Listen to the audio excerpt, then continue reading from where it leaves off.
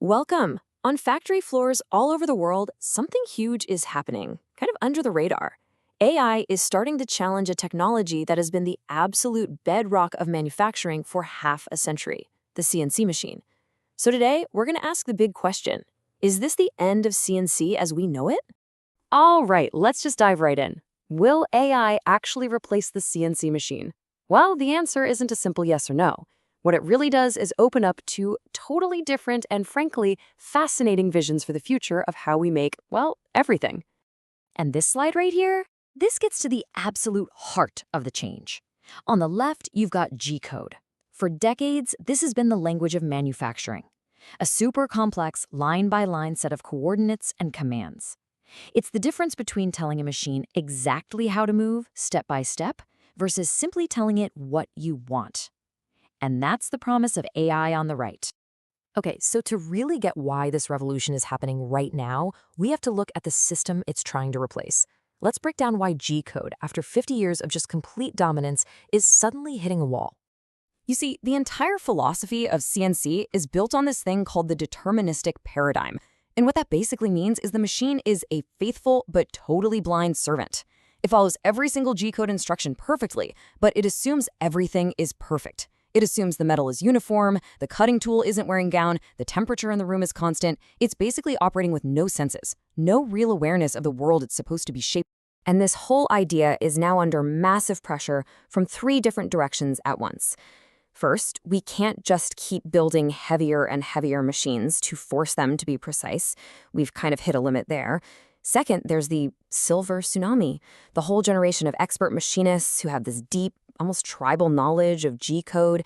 They're retiring. And finally, a new power has shown up. AI can now compute and predict physics faster than they actually happen, which makes the old blind approach just seem archaic. This quote just nails it. G-code is a bottleneck. We're living in this age of beautiful, intuitive 3D design software, but we're still translating our amazing ideas into a language that was basically designed for punch cards. It's a huge barrier to speed, to flexibility, and to real innovation. So how is AI going to fix all this? Well, the industry is splitting into two big camps, and you can really think of it as evolution versus revolution. Are we just going to make the existing machines smarter, or are we going to throw them out and replace them with something brand new? Let's check out both. This table maps out those two futures perfectly. The evolutionary path, this embedded AI, is all about adding smart features to the old G-code system. It's reactive. But the revolutionary path, the AI native system, it just throws the old rulebook out the window. Its brain is a neural network, it's in a constant feedback loop with the physical world, and it adapts on the fly. It's the difference between a tool that's gotten smarter and a system that can actually think. Let's start with path number one, evolution. This is what I call the machine that thinks. This is where the big industry giants are embedding AI right into the machine's brain, basically teaching old hardware some very impressive new tricks. A perfect example of this is what Heidenhain is doing with its VTNC7 controller. See, instead of having a separate programmer in an office use special software to create all that G-code, the machine's own control system is becoming smart enough to just do it itself. That's a huge shift of intelligence, moving it from the office right onto the factory floor. And here's how it works. It's so simple. The operator just loads a 3D model. The AI instantly looks at it and recognizes all the geometric features. It sees the holes, the pockets, the surfaces. Then it automatically figures out the best way to machine them and generates all the code. What used to be a complicated multi-hour programming job for an expert becomes a simple, three-step process anyone can do right there at the machine. And to deal with that silver tsunami we talked about, they've even built in an AI chatbot. So a brand new operator can walk up to this multi-million-dollar machine and literally ask it, hey, how do I program a helix? And the AI gives them answers, even code snippets. It's like having a master machinist on call 24/7 baked right into the hardware. It's incredible. And this isn't just a one-off thing. It's happening all over the industry. Siemens is using a digital twin, a perfect virtual copy of the machine that learns from human operators and gets smarter with every single part it makes. Meanwhile, Fanuc is using AI to automatically tune servo motors. This is a super complex task that used to take an expert hours, and now it's done in minutes. The machines are literally learning to make themselves better.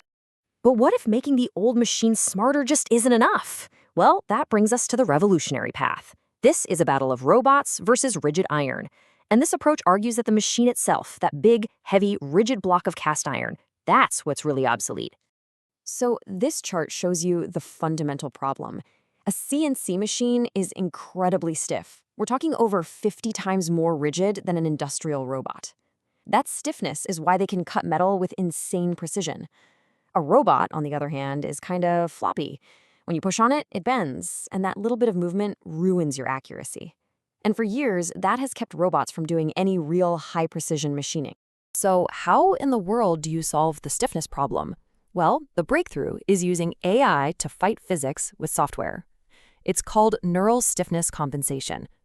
A neural network learns exactly how the robot arm bends under pressure. It can predict, down to the micron, how much the arm is going to deflect. And then, this is the magic part, it preemptively corrects for that error in real time. So in essence, a piece of software is replacing tons and tons of cast iron. And you have companies like Machina Labs that are building their entire future on this idea. They use these AI-controlled robots for forming sheet metal. And what this creates is what they call an elastic factory. To switch from making, say, a car door to a satellite component, they don't have to change out million-dollar tools. They just upload a new software file. Manufacturing becomes a software problem. Okay, so let's zoom out for a second. Whether it's the evolving CNC machine or the revolutionary robot, both of these paths are actually leading to the exact same place, the software-defined factory, where it's the code, not the hardware, that defines what's possible. In this new world, we're going to interact with the foundation model.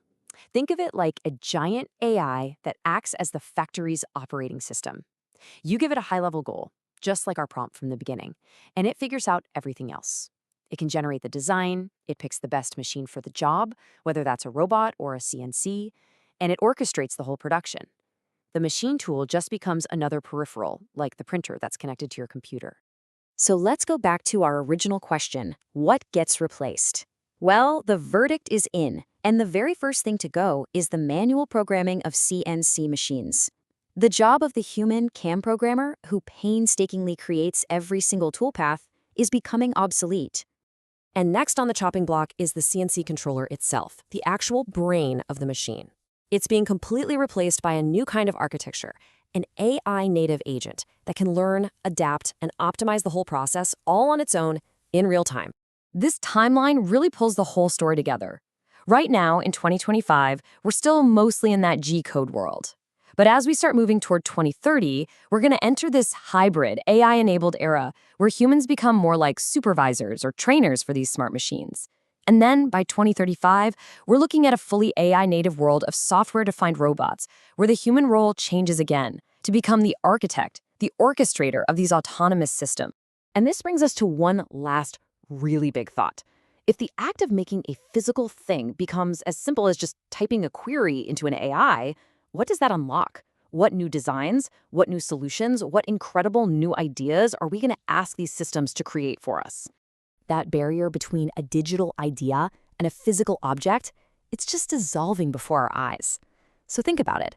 In a world where you can simply ask for something to be made, what would you build? Thanks for tuning in. We'll see you next time.